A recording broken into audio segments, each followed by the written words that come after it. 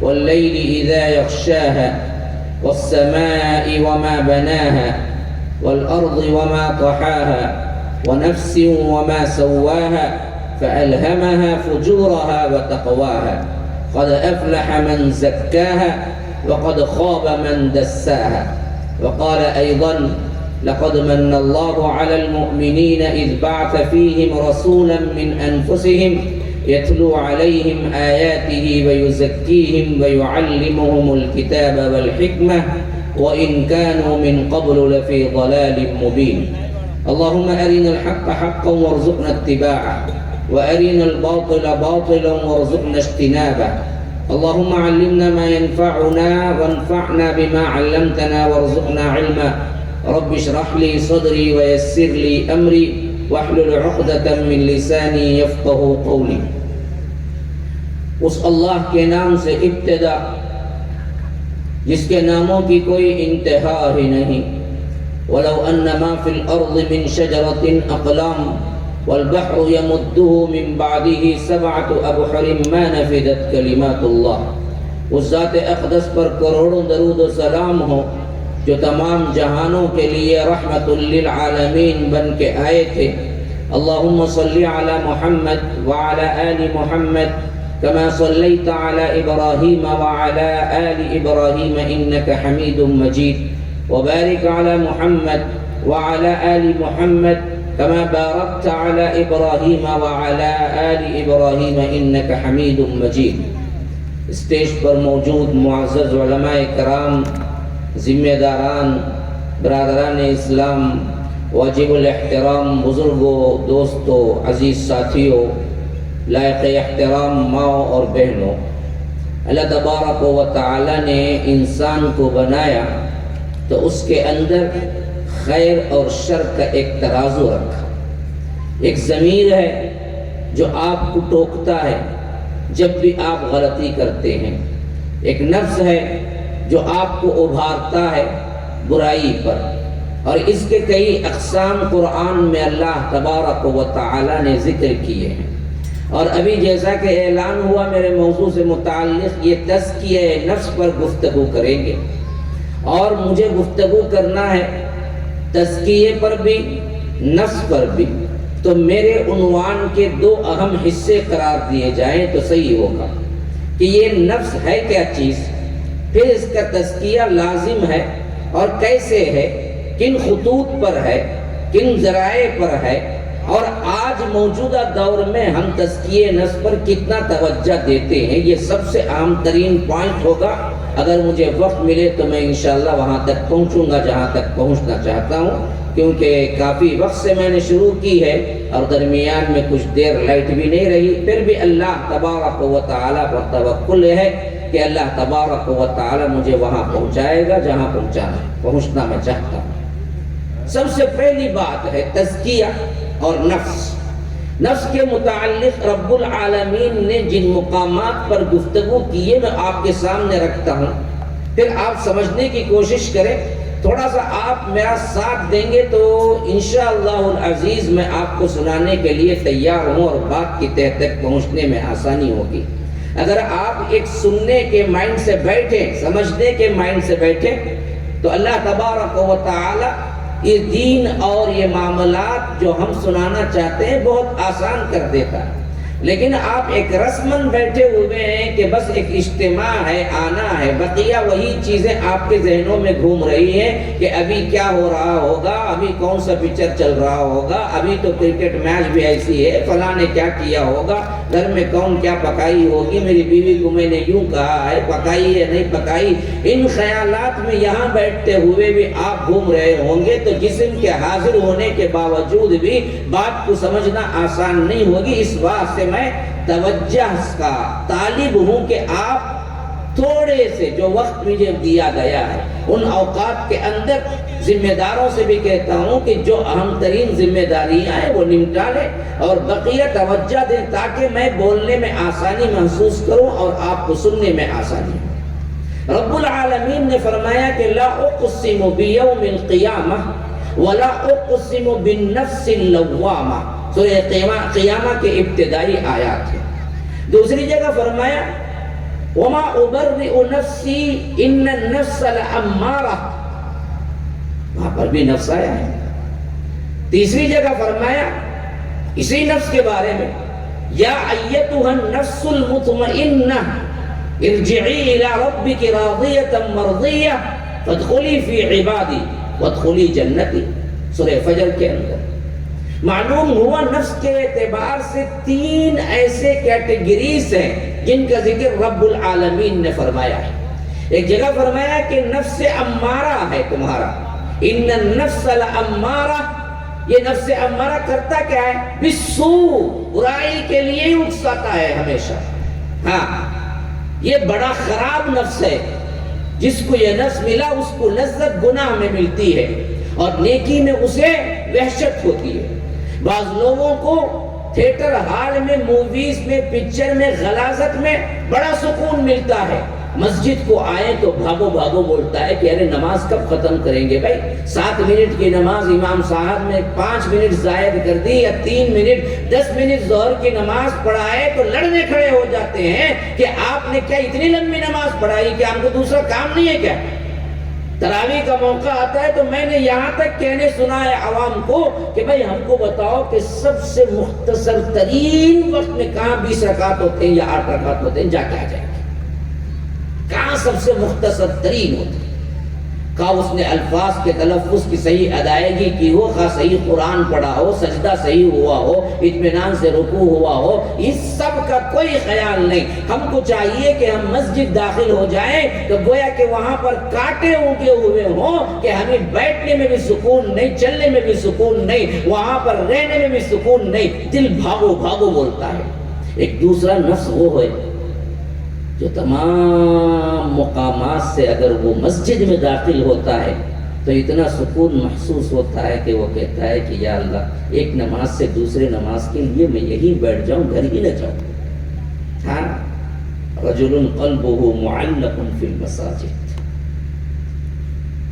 اسی کو لے کے رسول صلی اللہ علیہ وسلم نے تعبیر کیا، وہ 7 صفات والے لوگ جن کو اللہ تبارک و تعالی عرش کے سائے میں جگہ دے گا جبکہ کوئی سایہ نہیں ہوگا، ان میں سے ایک کون ہے؟ وَرَجُلٌ قَلْبُهُ مُعَلَّقٌ فِي الْمَسَاجِدِ، وہ جس کا دل مسجد میں اٹکا رہے کہ ظہر نہیں ختم ہوئی عصر کا انتظار کرنے بیٹھ جائے، عصر نہیں ختم ہوئی مغرب کا انتظار کرنے بیٹھ جائے، مغرب نہیں ختم ہوئی عشاء کا انتظار کرنے بیٹھ جائے۔ آپ انتظار میں یوں دلی سکون محسوس کریں جیسے دنیا جہاں کی دولت آپ کو مل گئی ہو۔ یہ دوسرا نفس ہے۔ لیکن پہلا جو ہے وہ امارۃ بالسوء، برائی برائی برائی۔ اللہ کی قسم آج اس تناظر میں ہم اپنے موبائل پہ دیکھیں، آج کی یہ بربادیاں، فیس بک، انسٹاگرام، واٹس ایپ، فلاں فلاں فلاں ایپ، جس میں انسان اس حد تک مصروف ہو چکا ہے کہ گھر میں دونوں ایک ہی خاندان کے بیٹھے ہوئے ہیں، باپ یہاں کھانا کھا رہا ہے، بیٹا یہاں کھانا، بیوی یہاں کھانا، ہر کوئی اپنے موبائل میں مصروف ہے، آپس کے 3 لوگ بات کرنے کے تیار نہیں ہیں۔ بات وہ اس سے کر رہے ہیں جو یہاں سے فاصلے پہ کہیں دور بیٹھا ہوا ہے، اس سے چیٹنگ چل رہی ہے، اور ہمارے لحاظ سے سامنے بیٹھنے والے انسان کی کوئی اہمیت نہیں۔ فون آتا ہے تو ہم کہتے ہیں کہ ٹھہرو بھائی میں فون اٹینڈ، اچھا سامنے والا کوئی اہمیت نہیں رکھتا، حاضر کوئی سامنے جو کھڑا ہوا ہے، آپ کے لیے وقت دیا ہوا ہے، آپ کے لیے آیا ہوا ہے، اس کی کوئی تعظیم اخلاق نہیں کہ آپ گھنٹوں لگے کہ آپ کہیں کہ فون آیا ہوا ہے مجھے۔ یہ فون تو اتنی بربادی لے آیا ہمارے اندر کہ نمازوں میں بھی ہماری توجہ اسکرین پہ رہتی ہے۔ سائلنٹ کر لو مولوی صاحب تو بولتے ہیں، لیکن میں بڑے ادب سے سوال کرتا ہوں، آپ کو برا لگے تو میں کیا کروں، میں حق بولنے پہ مجبور ہوں، اسی وجہ سے بدنام بھی ہوں کہ آپ کے اسکرین پہ آپ کے دل کا دھڑکا نہیں لگا رہتا کہ جیسے ہی کیا ہے وائبریٹ بھی ہوگا تو ہمارے دل میں مچلنا شروع ہو جائے گا، پتہ نہیں کہاں سے فون آیا، کیا میسیج آیا، پتہ نہیں کیا ہے، گھر میں تو دکان میں تو میں نے بچے کو چھوڑ آیا، کوئی اچھا گاہک آ گیا ہوگا، جلدی جلدی ختم کریں۔ یہ حالت ہماری ہوتی ہے نہیں ہوتی؟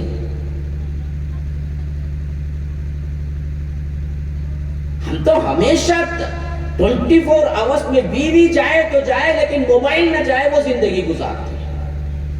صبح سویرے اٹھتا ہے تو نیند ابھی آنکھیں میں نہیں کھلتی, وہ تکیے کے اندر ٹٹولتا ہے کہاں ہے میرا موبائل. اگر کچھ دیر کے لیے چھپا کے رکھ دے تو پاگل ہو جائے گا, میرا موبائل کہاں ہے, میرا موبائل کہاں ہے, اسی میں مر جائے گا. ہاں, بیوی 10 دن میکے میں جانے کے لیے پوچھتی ہے تو کہتے ہیں کہ جاؤ بھائی بلا ٹلی, جا کے آؤ, 10 دن نہیں 20 دن جاؤ, کوئی مسئلہ نہیں تھا. ہاں, لیکن موبائل ایک لمحہ اپنے سے جدا کرنے کے لیے تیار نہیں ہے آج کا نوجوان. کہتا ہے کہ اس کے بغیر زندگی تھوڑی ہے, اسی میں تو سب کچھ ہے. اللہ کی قسم کھا کے کہتا ہوں, دوبارہ اور سہبارہ اللہ کی قسم کھا کے کہتا ہوں, اس میں جتنا وقت تم گزارتے ہو, جہاں تک میرا اندازہ ہے, اس کے 10 منٹ فائدہ مند نہیں ہوں گے. 10 منٹ.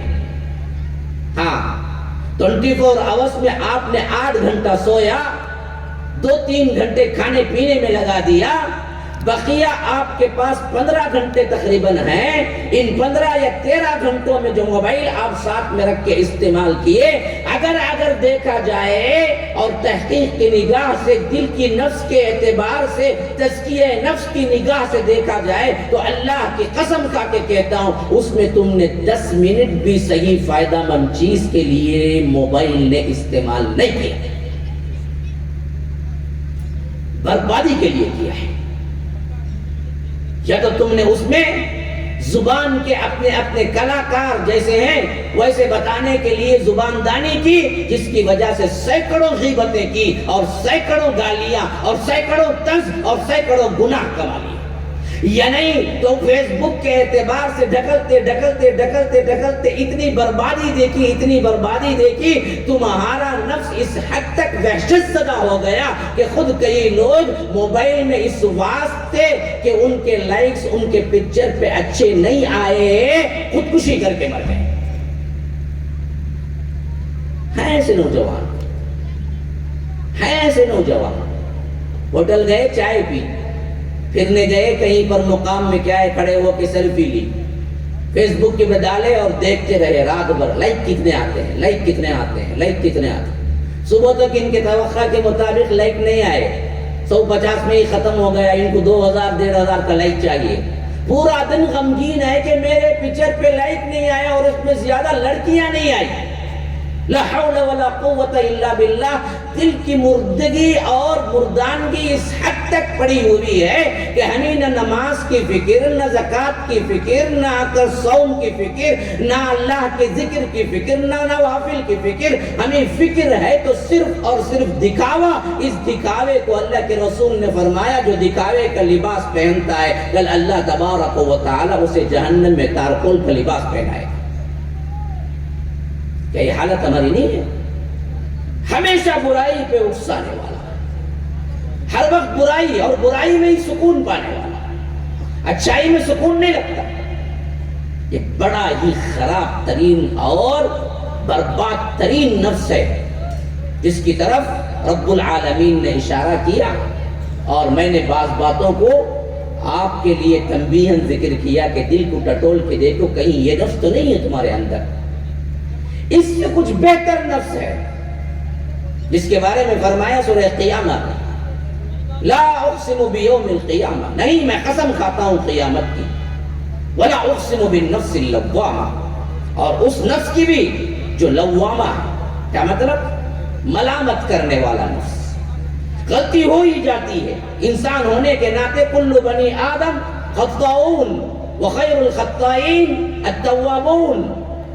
لیکن رسول صلی اللہ علیہ وسلم کی حدیث مبارک ہے, دیکھو بنی آدم سب کے سب خطا کار ہیں. غلطی کس سے نہیں ہوتی جی؟ اگر غلطی سے مبرہ ہو تو وہ ملک بن جائے, وہ فرشتہ بن جائے. غلطی سے کوئی مبرہ نہیں ہے, ہو ہی جاتی ہے غلطی. لیکن اللہ کے رسول صلی اللہ علیہ وسلم نے کیا پیاری بات کہی, ذرا غور کر کے دیکھیں. وَخَيْرُ الْخَطَّائِينَ, خطا کاروں میں بھی اچھے خطا کار کون ہیں؟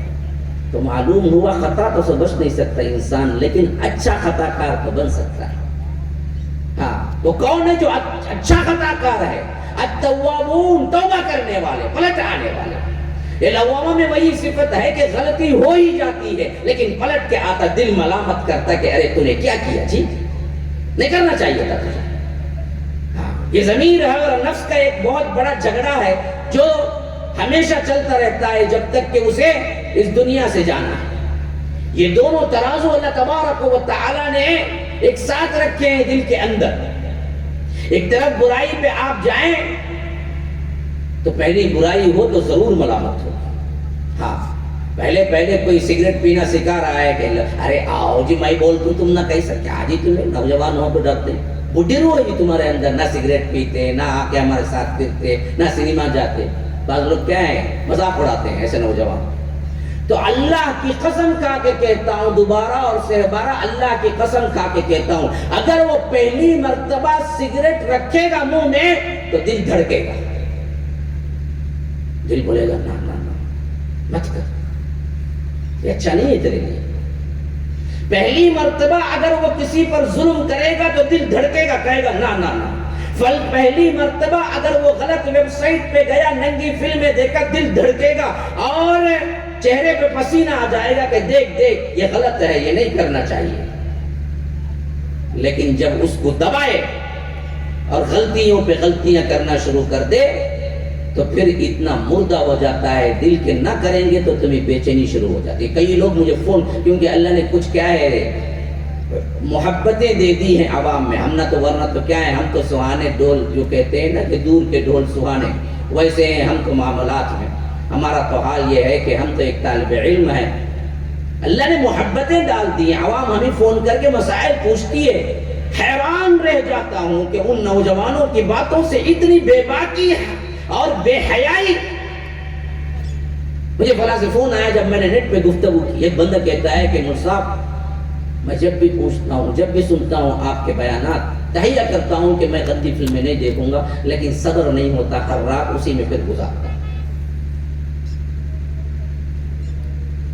کنٹرول نہیں ہو رہا، کنٹرول نہیں ہو رہا، حقیقت ہے یہ۔ نوجوان اپنی پاک بازی کا کتنا ڈھنڈورا پیٹے، نوجوان نہیں بلکہ ہر عمر کا فرد اس کے اندر ہے۔ اللہ ہے کہ کوئی اللہ ماشاء اللہ بچ جائے۔ میں اگر گارنٹی دوں گا تو ان بوڑھوں اور ضعیفوں کو دوں گا جو آج موجود ہیں، جن کے چہروں پہ نورانیت ہے۔ میں ہمیشہ یہ کہا کرتا ہوں اپنے درس میں کہ یاد رکھو آج کے جو بوڑھے ہیں جن کے چہروں پہ بڑی نورانیت ہے، شاید ہم بوڑھے ہوں گے اور ہماری نسل بوڑھی ہوگی تو یہ نورانیت نہیں ہوگی۔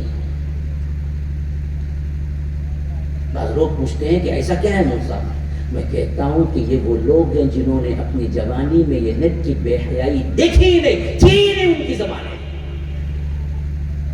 اور ہمارا یہ زمانہ ہے کہ کوئی اس سے بچا ہی نہیں، خواہ مرد ہو، عورت ہو، جوان ہو، کوئی بھی ہو۔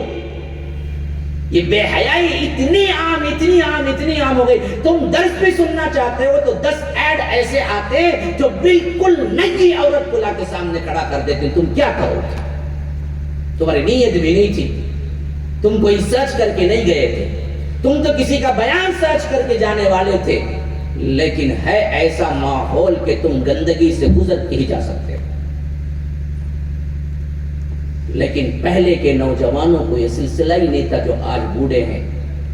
اللہ نے ان کے چہروں پہ جو نورانیت دی ہے وہ نورانیت شاید ہم سے چھین لی جائے۔ اس واسطے میں کہتا ہوں کہ یاد رکھو یہ برائی جو ہے ہم اس حد تک اس میں ملوث ہیں کہ لفظ لوامہ سے گزر کے ہم امارہ پہ کھڑے ہوئے ہیں، لیکن میں نفس کی قسمیں اس واسطے بیان کر رہا ہوں کہ رب نے ہمیں بتایا ہے، اس میں بڑے اسباب ہیں۔ یاد رکھو اگر گناہ کے بعد بھی ملامت کرنے والا نفس بھی مل جائے، اللہ کا شکر ادا کرنا، کم از کم ملامت تو کیا تو ایک زمانہ آگے بڑھ کر وہ توبہ بھی کر لے گا۔ لیکن اصل میں اسلام چاہتا ہے لوامہ سے بھی آگے بڑھ کے وہ نفس جو نفس مطمئنہ، یہ ٹاپسٹ کیٹیگری ہے۔ ہاں، اس کو رب العالمین نے فرمایا کہ یہ وہ ہیں جن کو ہم پکاریں گے اس حیثیت سے کہ ارجعی الی ربک، پلٹو اپنے رب کی طرف، راضیۃ مرضیہ، اللہ راضی تم راضی، راضی و رضا، آؤ میرے رب کے پاس، کیونکہ تم نے ایسی زندگی گزارا ہے کہ تم نے اللہ کی شریعت پر اپنے نفس کو مطمئن کر دیا، حلال حلال، حرام حرام نہیں چاہیے، پورا ماحول حرام کے لیے اکسا رہا ہے، رات کا ماحول ہے، کمرے میں تنہا ہے، موبائل آپ کے ہاتھ میں ہے، ڈیٹا فری موجود ہے، اور اچھا اسمارٹ فون بڑی بڑی اسکرین کا، ہاں 7.6 7.5 یا 7 یا ٹیب موجود ہے 9 پوائنٹ کا، یا نہیں تو لیپ ٹاپ موجود ہے 14 پوائنٹ کی اسکرین، یا نہیں تو گھر میں ٹی وی لگا ہوا ہے 55 انچ 65 انچ، کوئی دیکھنے والا نہیں، کوئی آپ کو ڈانٹنے والا نہیں، آپ چاہیں تو گندی فلمیں دیکھ سکتے ہیں، لیکن آپ کہتے ہیں کہ نہ، اللہ دیکھ رہا ہے، اللہ دیکھ رہا ہے، نہیں کر سکتا، تمام ماحول گناہ کے لیے تیار کھڑا ہے، لیکن نفس کا اطمینان اس حد تک ہے کہ ایک لمحے کے لیے بھی نہیں پڑتا، ایک لمحے کے لیے بھی نہیں پڑتا، کہا کہ نہیں اللہ دیکھ رہا ہے، اللہ کو تو سب معلوم ہے، اسی لیے اسی حدیث میں سبعۃ یظلھم اللہ فی ظلہ یوم لا ظل الا ظلہ، جس میں فرمایا کہ 7 صفات والے وہ ہیں جن کو اللہ تعالیٰ عرش کے سائے میں جگہ دے گا جبکہ کوئی سایہ نہیں ہوگا، اس میں ایک صفت یہ بھی ہے، دعتہ امرأۃ ذات منصب و جمال، ہاں یاد رکھو یہ سب سے اہم ترین ایسا بنیادی طور پر موڑ ہے، اگر اس میں بچ گیا بندہ، ہاں دعتہ امرأۃ ذات منصب و جمال، تب کہے کہ فقال انی اخاف اللہ، تمہیں ایسی عورت بلائے زنا کے لیے، برائی کے لیے کھلے عام دعوت دے رہی ہے، اور وہ عورت بھی کیسی ہے، ایسی ویسی گری پڑی نہیں ہے، ہاں حسن کا پیکر، یوں سمجھو کہ جن ہیروئن کو دیکھ کے تم پاگل ہو جاتے ہو، اس کے گانے اور اس کی تصویریں اپنے کمروں میں لگا کے رات دن تاکتے رہتے ہو، ایسی کوئی پتلی کمر والی، ایسی خوبصورت، اور ساتھ میں صرف جمال والی نہیں، منصب والی بھی ہے، خاندان بھی ہے، ایسا نہیں کہ گری پڑی گلی میں کیا ہے، کوئی کیا ہے کعبہ گری چلانے والی، کوئی کیا ہے رنڈی ہے، نہیں، میں رنڈی کہا تو ایک مرتبہ بوازوں نے کہا کہ سب ایسا لفظ کیوں استعمال کرتے ہیں، ارے یہ نہ استعمال کریں گے تو پھر نوجوان سمجھے کیا ہے، ہم کو سمجھانا مقصود ہے، ہم کو سمجھانا مقصود ہے، ہم کیا کریں، مجبور ہیں، علماء بیٹھے ہوئے مجھے معذرت سمجھے میری، ایسی کوئی نہیں پڑی کری پڑی گلی میں چلنے والی جو آپ کو دعوت دے رہی ہے، اللہ کے رسول صلی اللہ علیہ وسلم نے فرمایا اچھے گھرانے کی بھی ہے، جمال بھی ہے، کمال بھی ہے، حسن بھی ہے، مال بھی ہے، اور بلا رہی ہے آجا فری میں آجا، میں اپنے جسم کو حوالے کرتی ہوں، ایسے وقت میں بندہ کہتا ہے نا میں اللہ سے ڈرتا ہوں، یہ کیفیت ایمان ہے، ذرا ٹٹول کے دیکھو، ہم تو پیچھے بھاگتے ہیں، کوئی لڑکی چیٹنگ میں مل جائے، بات چیت شروع ہو جائے تو کیسے بہکائیں، کیسے لے کے بھاگے، ہماری تو حالت تو صرف اسی امید میں گزرتی ہے کہ پوری چیٹنگ، پورا فیس بک اسی میں کہ کوئی لڑکی ہمارے لحاظ سے کیا ہے ہم پھنسا لیں، اسی واسطے وہ کیا کرتا ہے، ایک مرتبہ سوٹ پہن کی فوٹو پکڑتا ہے، نکال کے پکڑتا ہے، پہن کے پکڑتا ہے، پھر باڈی یوں بتا کے پکڑتا ہے، پھر یوں کر کے پکڑتا ہے، پھر اوپر دیکھ کے پکڑتا ہے، پھر حالانکہ دیکھتے دیکھتے کبھی کبھی مر ہی جاتا ہے، کتنے لوگ سیلفی لے کے مرے ہیں پتہ ہے، سانحانے سوئمنگ پول کو گیا بیوقوف، سوئمنگ پول کی دیوار پہ کھڑے ہو کے یوں اٹھایا تاکہ لوگوں کو بتایا کہ میں کیسے ہوں، وہیں گرا، ریڑھ کی ہڈی پہ دیوار کے ساتھ لگی اور وہیں فوت، مر گئے، یہ موت، یہ زندگی ہے، 4 لڑکیاں کھڑی ہوئی ہیں تو ہمارا نوجوان دیوانہ وار بائک چلاتے ہوئے ایسے جائے زر میں سیدھا اوپر بھی پہنچ جاتا، تب بھی کیا ہے عقل نہیں آتی، صرف 4 لوگوں کو متاثر، 4 لڑکیوں کو متاثر کرنے کے لیے جان دے گیا. یہ جان حرام تو نہیں ہوئی، کہیں خودکشی تو نہیں کر لیا. امام ابن عثیمین کہتے ہیں کہ جو لوگ جان تے بوجھتے اسپیڈ چلا کے مرتے ہیں وہ کہیں خودکشی تک نہ پہنچ جائے. ان کا معاملہ اس کی حد ہوتی ہے. لوگوں کو دکھانے کے لیے آج ہم کیا نہیں کر رہے ہیں. یہ حالت پہ بولے تو کون بولے جی. وہ تو بڑا عجیب معاملہ ہے ہمارا. تو یہ موبائل ہی پوری زندگی بن کے رہ گئی. ہاں ہمارا معاملہ تو کیا ہے، اطمینان والا معاملہ ہے ہی نہیں. لیکن یاد رکھو اطمینان والی زندگی مل جائے تو پھر آپ نے وہ نفس پا لیا جو ایک مسلمان کا نفس ہے. جب رب العالمین کے فرشتے آئیں گے اور آپ کے لیے بلائیں گے اور آپ کے لیے وفات کا وقت آئے گا، موت قریب آئے گی، تو تب ندا بھی آئے گی ارجعی الی ربک راضیۃ مرضیہ فادخلی فی عبادی. میرے بندوں میں شامل کر دے اسے، داخل ہو جا میرے بندوں میں جو نیک ہیں، صالح ہیں، صحابہ ہیں، انبیاء ہیں، اولیاء ہیں. ان کے ساتھ اس روح کو رکھوں گا. فادخلی فی عبادی وادخلی جنتی. اب پھر اس کے بعد وہاں سے تم اٹھو گے برزخ میں تو ان انبیاء کرام اور ان اولیاء کرام کے ساتھ، ان صحابہ کے ساتھ رہو گے، اور جنت میں داخلے کا معاملہ آئے گا تو اللہ کہے گا کہ آؤ مطمئنہ والو، تمہارے لیے میں نے جنت کو رکھا ہوا ہے. لیکن وہ مطمئنہ نفس تو پیدا کرو نا، ہونا چاہیے نا. نفس امارہ تو سب سے برا نفس ہے. نفس لوامہ یہ بھی دراصل برائی کے ابھارنے والا لیکن ملامت کرنے والا ہے. لیکن ہم کو اصل میں جس اسٹیج پہ پہنچنا ہے وہ نفس مطمئنہ ہے، جس میں آپ کو برائی دیکھتے ہی گھبراہٹ شروع ہو جائے.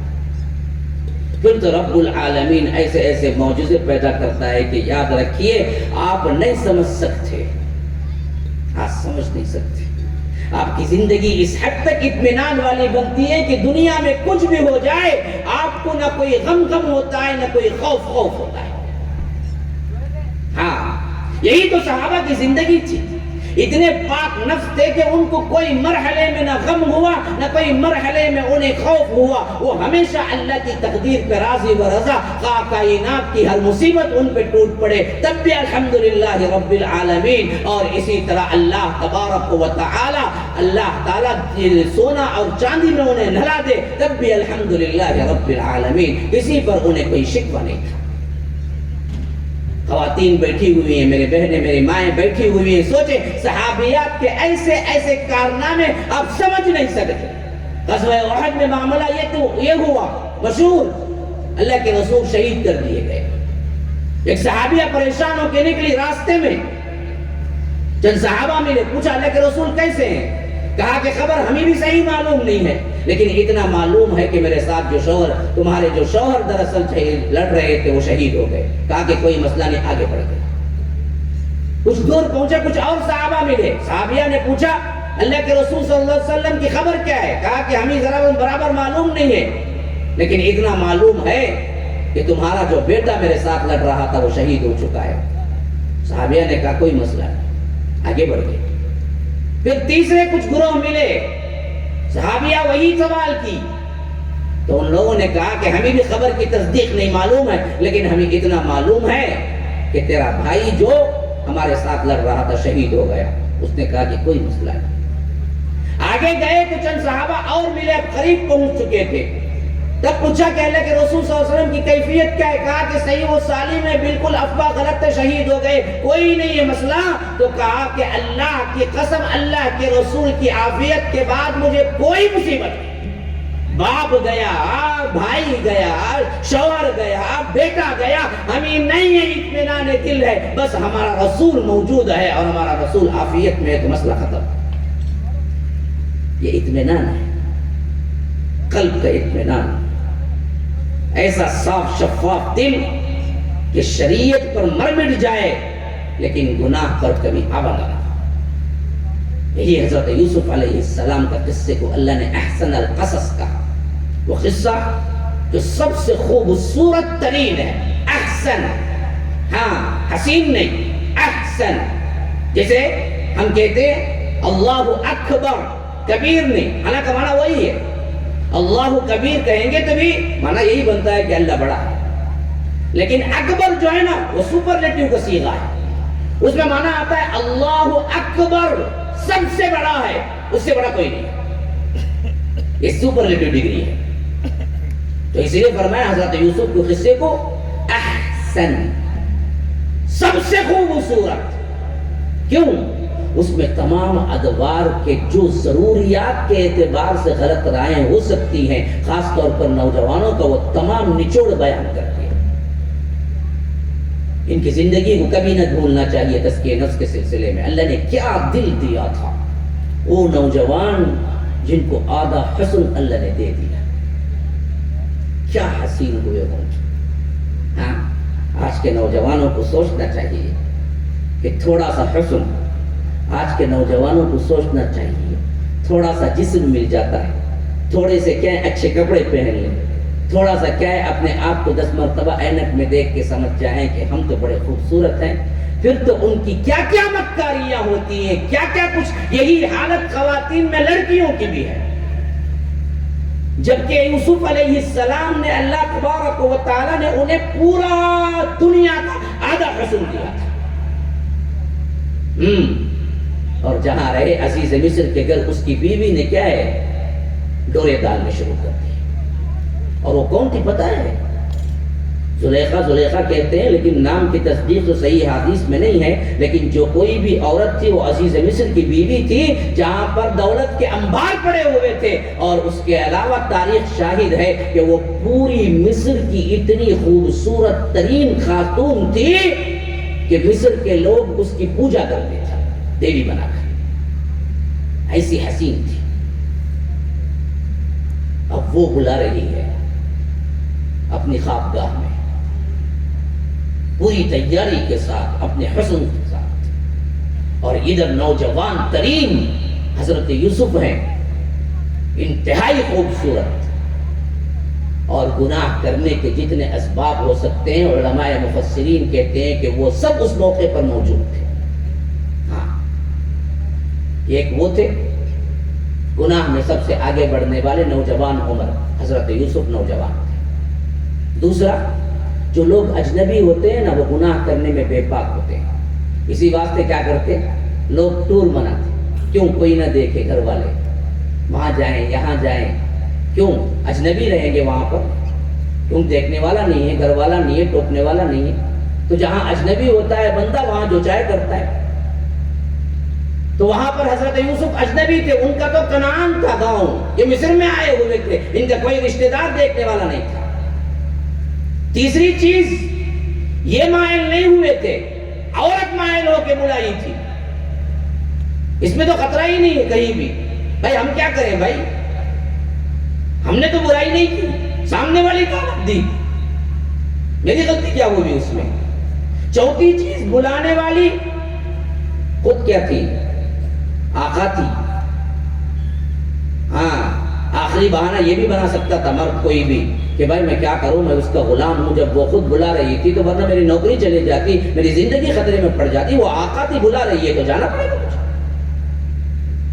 جیسے آج لوگ کہتے ہیں کہ بھائی آفس کی بات تھی، بلائی میں کیا کروں، وہ بولتی ہے کہ بھائی میرے ساتھ کار میں چل، اب نوجوان سوچتا ہے کہ اچھا نہیں جائیں گے، نہیں جائیں گے، ہمارے پاس تو ہیلا ہے، وہ تو کیا ہے آفس کی بات سے وہ بلا رہی ہے تو اب جائیں گے تو کیا کریں گے؟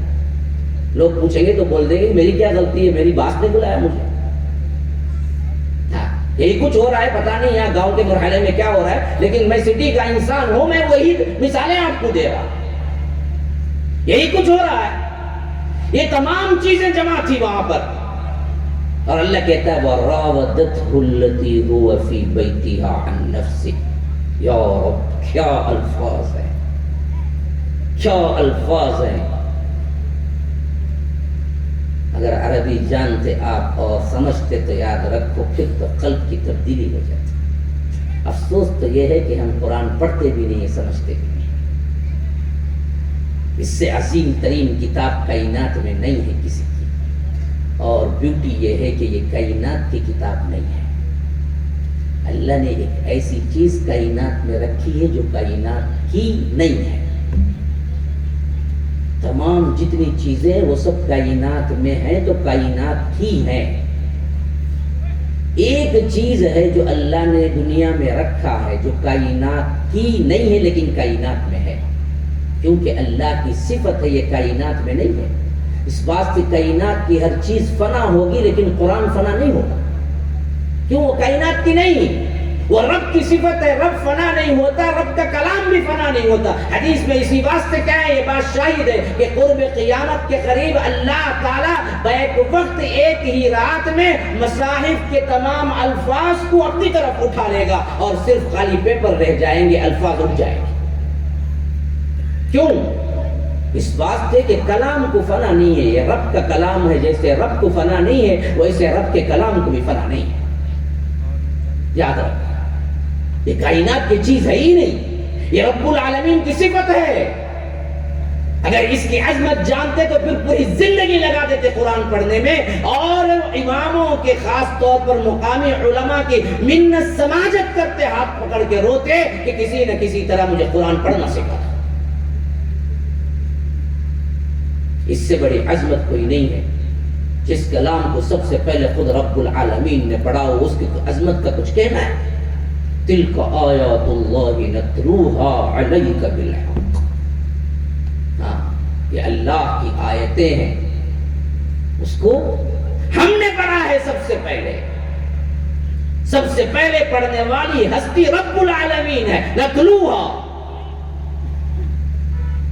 جبرائیل پہ پڑھا تو محمد الرسول اللہ صلی اللہ علیہ وسلم تک جبرائیل لائے، لیکن سب سے پہلے اللہ نے جبرائیل پہ پڑھا۔ جبرائیل نے جناب محمد الرسول اللہ صلی اللہ علیہ وسلم پہ پڑھا، اللہ کے رسول نے صحابہ پہ پڑھا، صحابہ نے تابعین پہ پڑھا، تابعین نے تابع التابعین پہ پڑھا، نسلاً بعد نسل، جیلاً عن جیل ہم تک پہنچا ہے۔ یاد رکھو، اگر تم قرآن سے تمسک اختیار کرو گے تو تمہارا ڈائریکٹ کنیکشن رب کے ساتھ ہوگا۔ اس سے بڑی عظمت کوئی اور چاہیے؟ لیکن بدقسمتی یہ ہے میرے مسلمان بھائیوں کہ ہم قرآن کو نہ پڑھنا جانتے ہیں نہ سمجھتے ہیں، ہمیں اس سے کوئی لگاؤ نہیں، کہیں تبدیلی نہیں، کہیں رونا نہیں آتا، کہیں تکلیف نہیں کہ یار تو نے کلام بھیجا مجھے پڑھنا نہیں آتا ہے۔ بیٹھنے والوں سے میں پوچھتا ہوں، کبھی آپ نے تڑپ تڑپ کے رویا ہے؟ کبھی ایک رات ایسی گزاری ہے جس میں آپ نے تڑپ کے یہ سوچ سوچ کے نیند اڑا دی آپ کی کہ مجھے قرآن پڑھنا نہیں آتا، جبکہ رب نے کیا ہے میرے لیے قرآن اتارا ہے، لقد انزلنا الیکم کتابا فیہ ذکرکم افلا تعقلون۔ ہم نے اس قرآن کو اتارا جس میں تمہارا ہی ذکر ہے۔ قرآن کا موضوع کیا ہے؟ اگر ایک الفاظ میں ایک نقطے میں کہوں تو قرآن کا موضوع انسان ہے،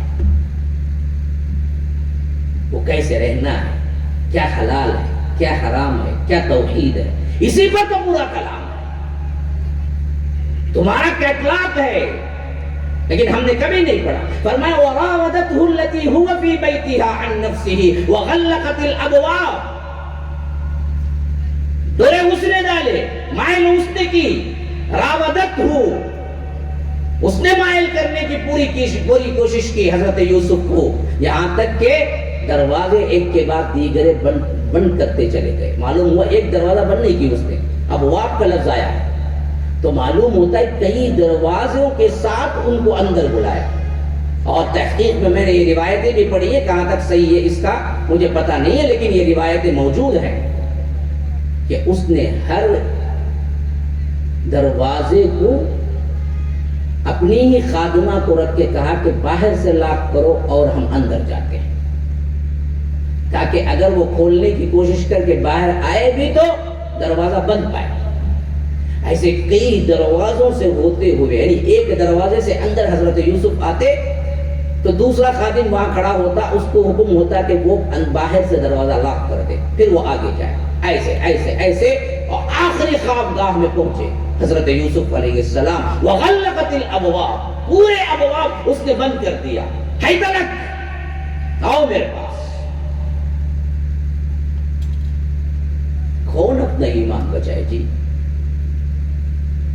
برائی کا ایسا کھلا منظر، اچھے اچھوں کے کہیں قدم ڈگمگا جائیں گے، لیکن وہاں نفس مطمئنہ تھا، تزکیہ نفس ہو چکا تھا، اللہ کا ڈر اس حد تک تھا کہ گناہ نہیں کر سکتے تھے، انہوں نے جواب دیا تو کیا؟ قال انی معاذ اللہ،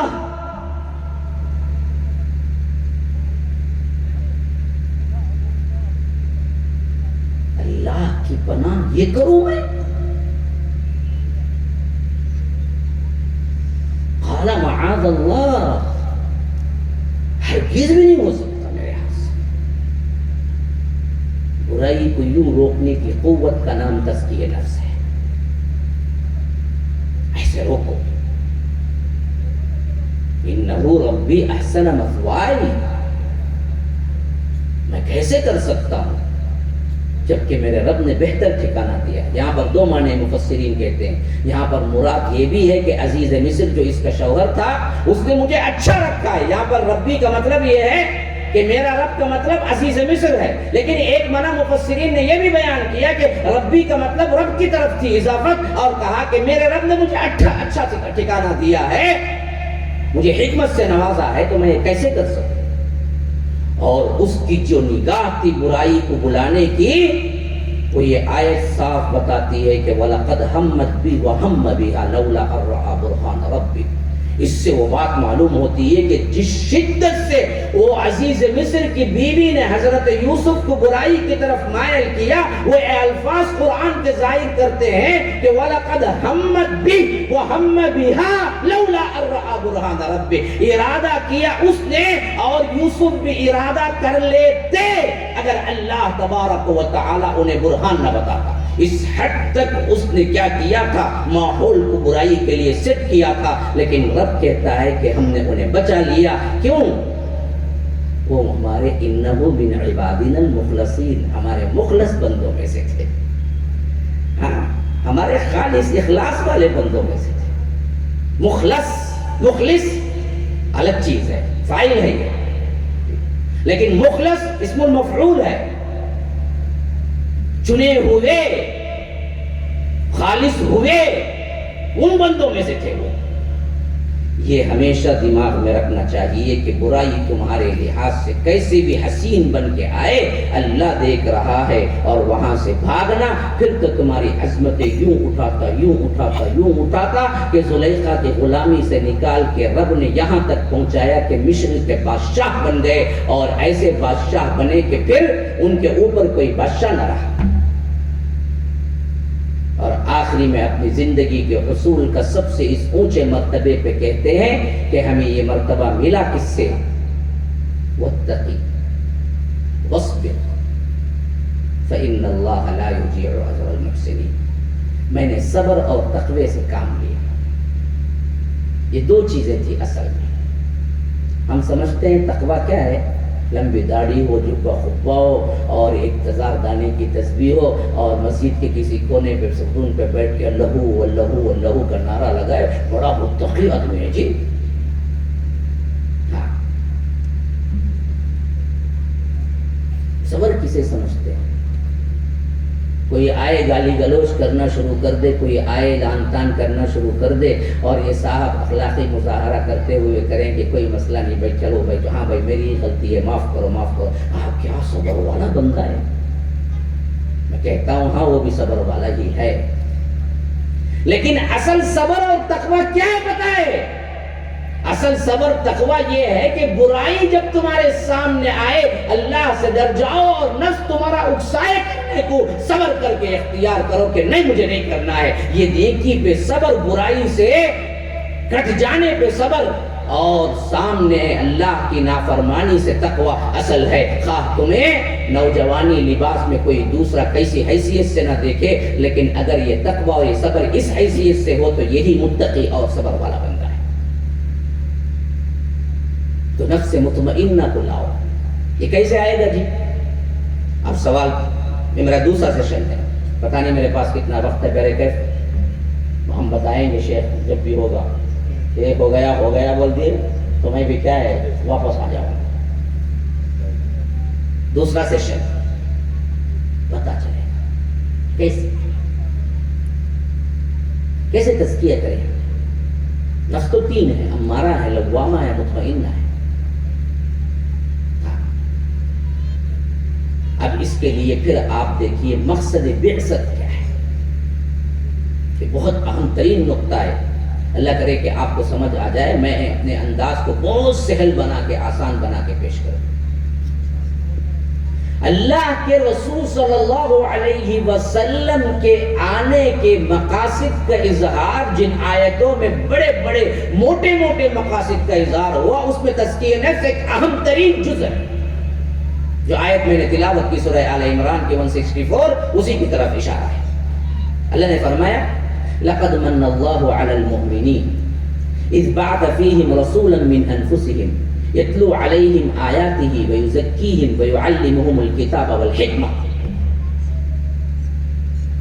تحقیق کہ اللہ نے تم پر احسان کیا. من اللہ علی المؤمنین، مومنین پر اللہ نے احسان کیا. یاد رکھو دنیا دینے پہ اللہ نے کہیں نہیں کہا کہ ہم نے احسان کیا. کائنات کی ہزاروں نعمتیں ہیں جن پر اللہ نے یہ نہیں کہا کہ ہم نے احسان کیا. جناب محمد الرسول اللہ کی ذات اتنی پیاری اتنی پیاری اتنی محبت والی ہے کہ اللہ کہتا ہے کہ اس ذات کو آپ کی طرف ہم نے دے کر آپ کو ان کا امتی بنا کر ہم نے احسان کیا. تم اس احسانیت کے شکر گزار نہیں، تم تو غدار بن گئے. کبھی تمہاری دلوں سے محبت نکلی ہے کہ یہ رسول ہیں وہ جو ہمارے لیے روتے رہے. انہوں نے پوری زندگی تو رویا ہے. کس لیے؟ دنیا میں بھی. کس لیے؟ فاقہ ہے؟ نہیں، وہ تو ہمیشہ ہماری مغفرت کو لے کے رویا کرتے تھے. پریشان تو ہوتے تھے تو ہم ہی سوچ کے پریشان ہوتے تھے. لیکن رسول صلی اللہ علیہ وسلم کے پاس اما عائشہ کہتی ہیں کہ کبھی کبھی تو راتیں ایسی گزر جاتی کہ روتے روتے روتے اللہ کے رسول صلی اللہ علیہ وسلم کا چہرہ پورا کا پورا پانی سے تر ہو جاتا آنکھوں کے آنسوں سے.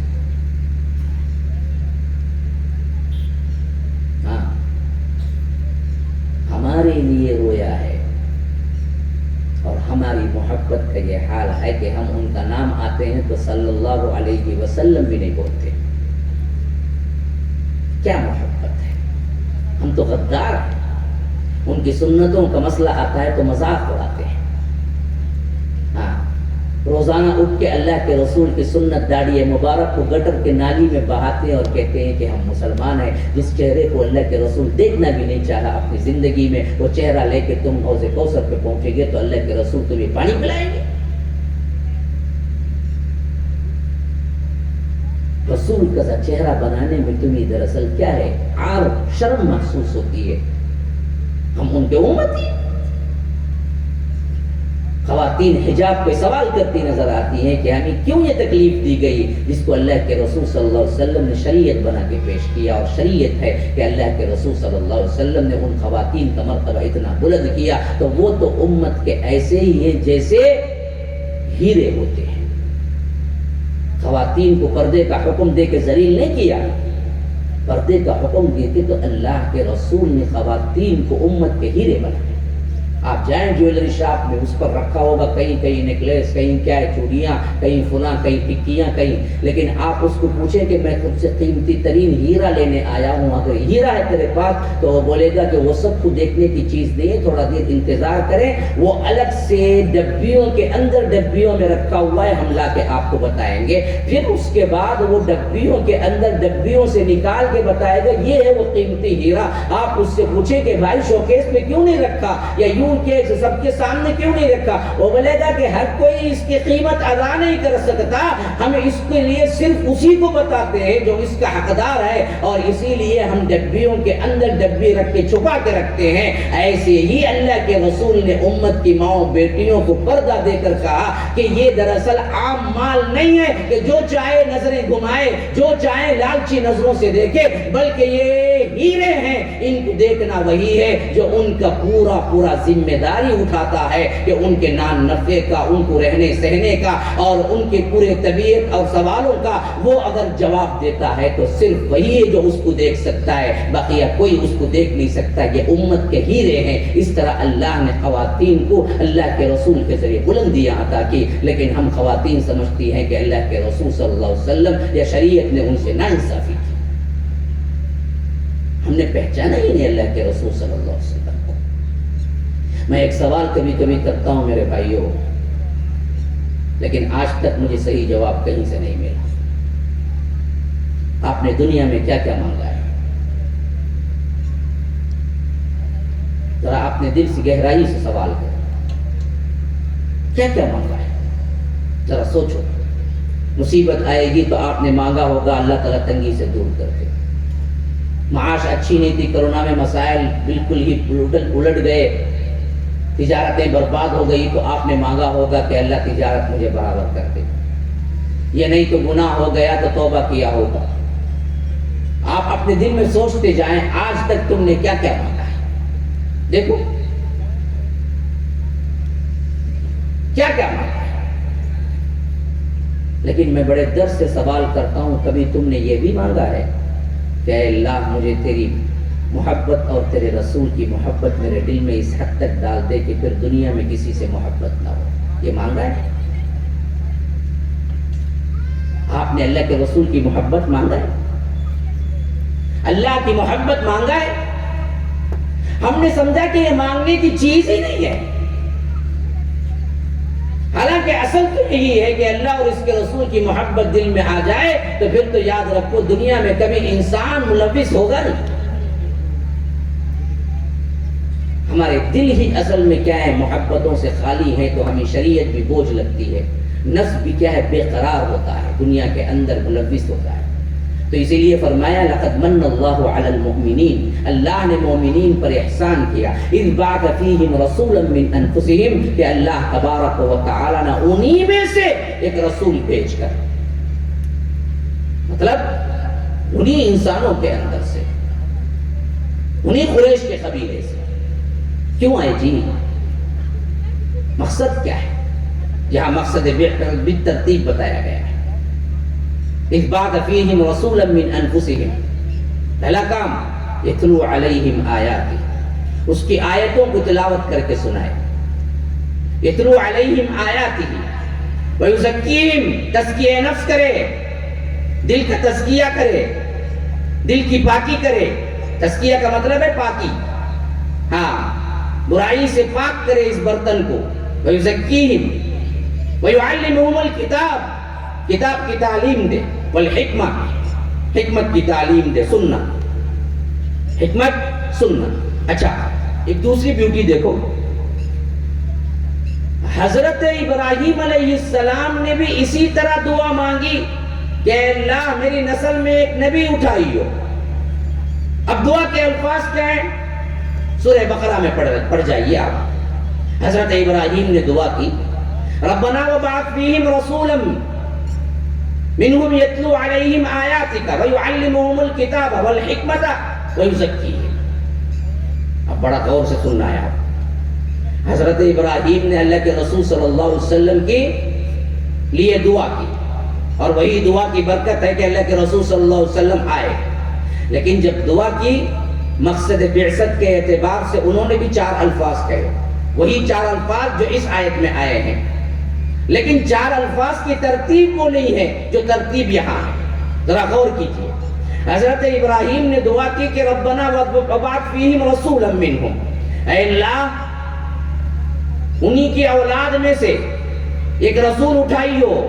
کون ہے یہ رسول؟